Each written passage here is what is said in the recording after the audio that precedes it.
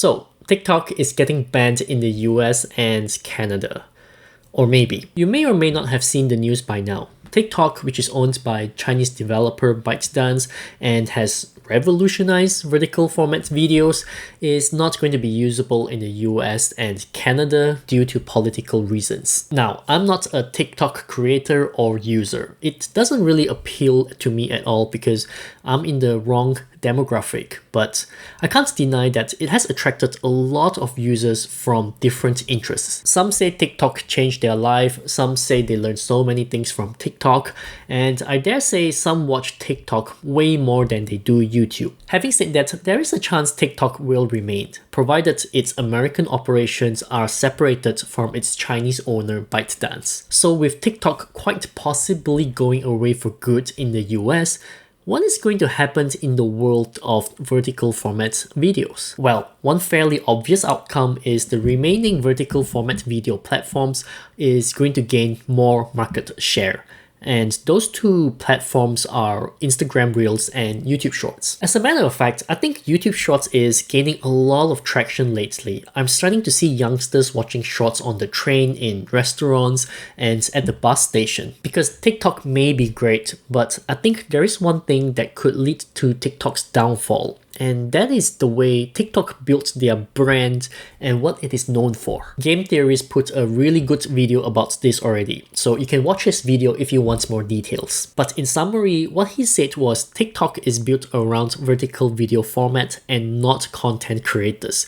So for example, if you want to watch vertical format videos, you think of TikTok. It is different from YouTube, where we are used to hearing MrBeast the YouTuber, or MKBHD the YouTuber, or PewDiePie the YouTuber. I've yet to hear people referencing the content creator as a TikToker. The closest I have ever heard of is a TikToker had a really good hack, goes viral, then suddenly everyone is talking about the hack. But again, here is the issue. They first reference the hack, then the TikToker. Whereas on YouTube, it is usually the YouTuber, then their content. So what this means to me is if TikTok gets banned, it is quite easy to steal the viewers and move them across to another platform if the other platform can give them a better experience and content. And here's the thing.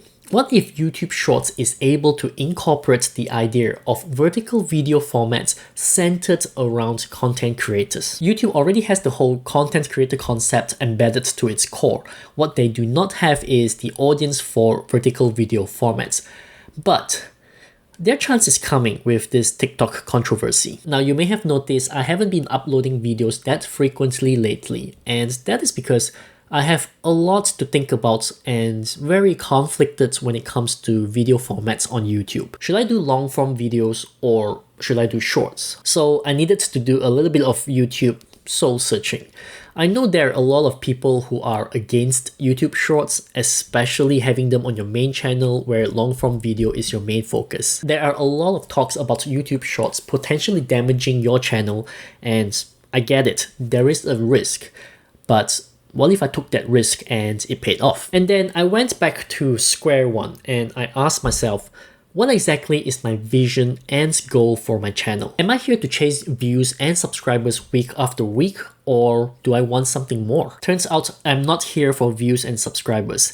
They are nice to have, but I really wanted to build my personal brand. I do not want to be attached to a single platform and be controlled by YouTube and following their ever-changing rules and regulations. So I did some research on a few channels that combine long-form videos and shorts together to see how they are doing. I'm sure you all know who Ali Abdaal is, a productivity YouTuber who has turned his channel into a big business. Ali's long-form videos are always great. His posting is consistent, he always comes up with interesting topics, and he never seems to be afraid of putting out content that just isn't about productivity, but also about what he is interested in. He is one of the few big YouTubers I know that also posts YouTube Shorts, and he has two types of shorts. He started off with shorts that he recorded specifically for YouTube Shorts, and you can see it follows closely to his usual long-form style. I personally like this approach, but it does require a lot of effort and time, so you probably need to be a full-time YouTuber to do this. But recently, he has changed his style to a very heavily edited, very very interactive type of video. What I'm not sure of here is if he took a part of his long form video and transformed it into what you see now,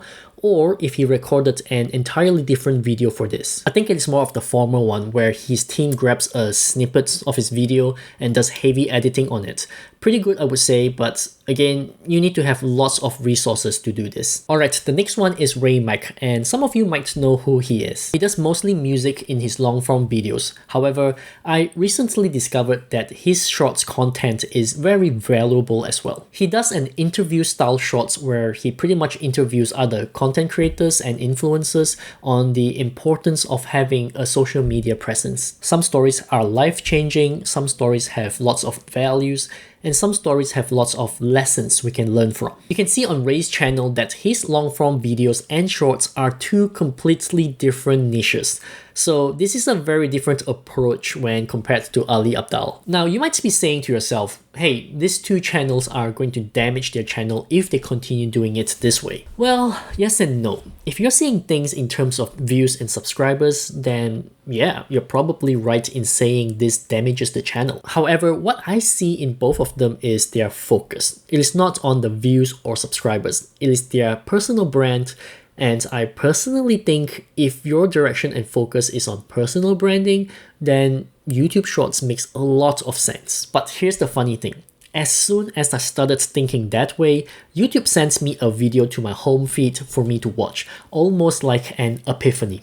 YouTube knows what I am onto. This video is by Think Media. The content may be quite old, but it is still a good one.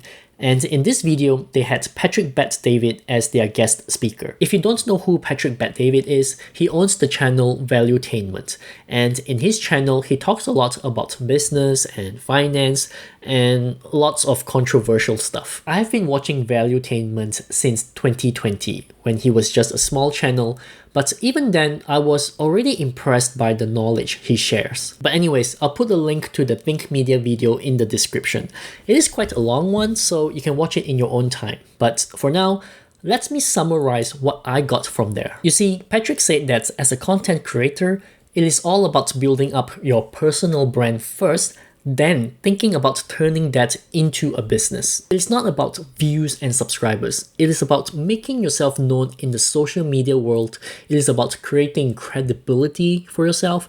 It is about making yourself a subject matter expert. And throughout that journey, while you're progressing to that persona, you also build up some fans and an audience that resonates with you. But this audience, they are random. Sometimes a video you make gives you 100 views, and then the next one might give you 1,000 views or even 10,000 views. The important point here is to not think about why one gets more views than the other, but rather see it as how each video helps in progressing your personal brand. And when you say it that way, it doesn't matter anymore how many views you get, because every view matters. The worst thing that could happen is getting 0 views. So here's the thing.